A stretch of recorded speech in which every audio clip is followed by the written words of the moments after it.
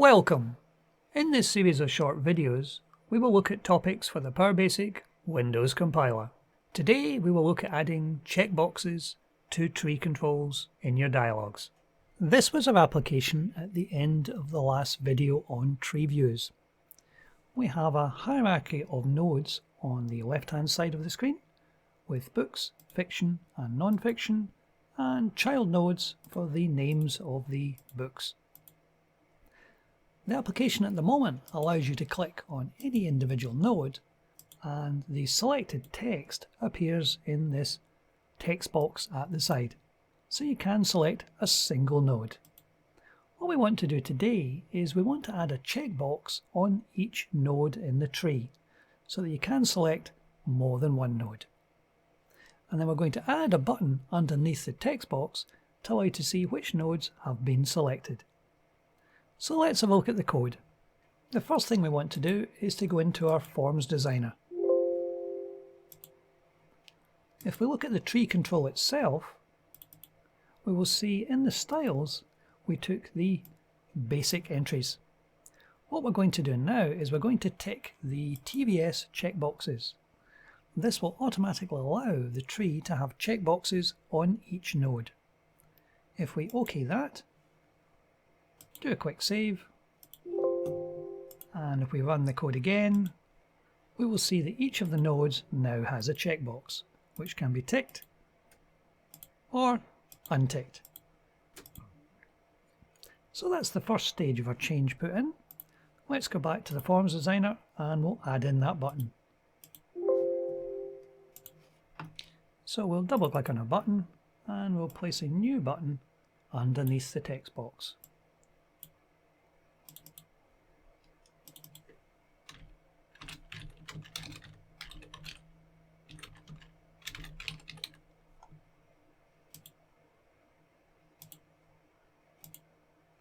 There we go, that's our button done. So now if we look into our event handler, the callback function, there's a new entry under IDOK, which at the moment will just end the dialog. So what we're going to do is we're going to call a new function inside there, which is going to display which of the nodes on our tree control we have actually selected. So we'll call this function display selected. We're going to pass it 3 parameters. The first parameter is for the form, the second parameter is the handle of the tree control, and the third parameter is the handle of the text box into which we're going to put the text. So when it down to the bottom of our code, we shall create this new function. So this new function, as I said, is taking 3 parameters, and from those 3 parameters we will go ahead and we will work out which of the nodes on our tree control have actually been selected. Now we're going to need some local variables to keep track of all of this. So what we'll do next is we will get a handle to the first node in the tree. Now this is code we did already using the TreeView getRoot command. It's taking 2 parameters, the handle of the dialog, the handle to the tree control, and it's outputting the handle to the root node of our tree to the hParent variable. We're then using the TreeView getText to get the name of that node to the str node text variable. Now since this node may or may not have been checked, we need to be able to actually get the value of the tick box. And to do that we can use the TreeView getCheck command. This again takes the usual 2 parameters, a dialog handle, a tree control handle, and the third parameter is the handle to the parent, the root node itself. And we're passing the value of the checkbox to this long check variable, which is either going to be true or false. We're then going to store that value of the checkbox and the name of the node into a string variable called strinfo, which will comprise of the name of the node, an equal sign, and the value of the checkbox, either going to be 0 or -1. We'll also put a carry return line feed on the end there so we can paste this quite happily into the box we've got to hold these selections. So if we run this code now, it will quite happily pick up the root node. So at the moment, if we hit our button, it says the value of the checkbox on books is 0. If we tick that box and click the button again, it's now picking up -1. So we can pick up the value of the checkbox on the root node quite easily. Our task now is to navigate through the rest of the tree, regardless of how many nodes are actually on it and how many subnodes, to get the value of each of the tick boxes. So, how will we actually do that? Well, in order to pick up this, we're going to have to use a technique called recursion. We used this technique in a previous video called Find Files, which was an application that allowed you to look through all the folders and subfolders and files in any particular directory and look inside each file to see whether a string existed or not. Now, as you're used to using the File Explorer on your computer, which is displayed as a tree control, this is exactly the same task. So what we need is a recursive function that within that function it will call itself and it will navigate all the way down the nodes till it finds what it's looking for. So if we run the application, just to explain that a wee bit better. So this is our entire tree control. So we've picked up the value of the tick box on the root node. The next task is to see whether this node has any children. It has two. It has fiction and non-fiction.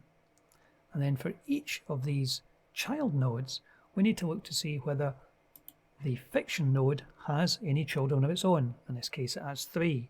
So we have to pick those up and then navigate back to the root to pick the next child, non-fiction, and go down its root as well to pick up any children it has. And with recursion, it means you can actually use the same routine to do all of this. So let's look to see how we'd actually do that. We'll create a function called traverse tree, whose job it will be to traverse the entire tree and pull back the information we're wanting, and it will populate it and add it to the strinfo variable. So we're giving it the dialog handle, the tree control handle, and the parent. The parent in this case is the root node. So let's create this new recursive function. So there's our function with the 4 parameters going into it. Now we'll need to keep track of a number of variables, which we'll just paste in at the top. So the first thing we're keeping track of is the node we're currently looking at, then the child of that node, and then whether it's checked or not, the text on the node, and then another variable to keep track of the node has any siblings, and a final variable to keep track of the fact that this is the first sibling of a group of siblings. So since we don't want to overwrite the variable that's been passed in, this hparent one, we want to store that in a local variable. So that's what we're using hnode for. Hnode picks up the value passed in on the parameters for hparent. We're storing that so we don't overwrite the original value coming from the calling function. So having done that, the next thing we want to do is to work out, has this node we've been passed got any children? So we can use the TreeView getChild command, passing it the dialog handle, the tree control handle, and the node value, and populating it into the hchild. Now if hchild comes back with a 0, it means that this particular node has no children. So if it has no children, we can return to the calling routine if there are no siblings. So we can use the TreeView getNext command to work out whether the node actually has any siblings. And if the hSibling variable is not 0, it means there is at least one sibling, which we can then process. And we're putting this in a while loop because there may be more than one sibling. So we'll keep going until we run out of siblings. So we'll do a getText on it to get the name of the node, a getCheck to work out whether it's been checked or not. We will add that on to the strinfo variable, which we're using to build up the values of all the nodes, and then we'll attempt to get the next sibling. And if this value is 0, it means we've reached the last sibling, and we'll drop out of the loop. And at that point, we can then exit the function. So if the child variable up here returns something other than 0, then we know this particular node has at least one child. So we'll do the same here again. We will pick up the node text, whether it's been checked or not, and we will add that on to our str info. So now we have a new child. This may well be the root node of further children. So this is where the recursion comes in. We will then call the routine we're currently in once more. Again, passing it the number of parameters, and we're passing it each child as being the parent node. So we're recursively going into this routine to work out to see has it got any children. And that will continue until that particular logic is finished. And when that comes back, we know we've got to the end of a particular path in the tree. So we can then use a getNext command to work out the next sibling. So exactly the same logic, but we're saving the value of the first sibling, so that having gone through all the siblings, we know which one to come back to. And if there are no other siblings, then we can quite happily return to the calling routine. So we'll try a quick compile of that, just to make sure we haven't miskeyed anything. Compiles cleanly, and we'll try running that now. So we can see here is our tree control. At the moment nothing is selected, so we click the view selected nodes, it should navigate down the tree and then display the information in the item selected box. Now it's doing that, but it's not putting the carriage return in. And the reason for this is that this particular text box is not multi-line. So we'll just nip back to our form designer and change the settings for our item selected box. So at the moment the style for this text box does not have multi-line ticked, which means all text will appear on one line. However, if we tick this, it allows us to put multiple lines of text in. So we'll just save that and we'll run the code again. So now if we look at our tree control, all the values will come up quite happily. It gives us books as the root node, it gives us fiction, it gives us the 3 books underneath fiction, it then gives us the next node down from books, which is non-fiction, and the final book on the list. So that should we change any of the values and then run it again, it will show a change of value for the tick box. Regardless of which one you tick, it will quite happily bring them back.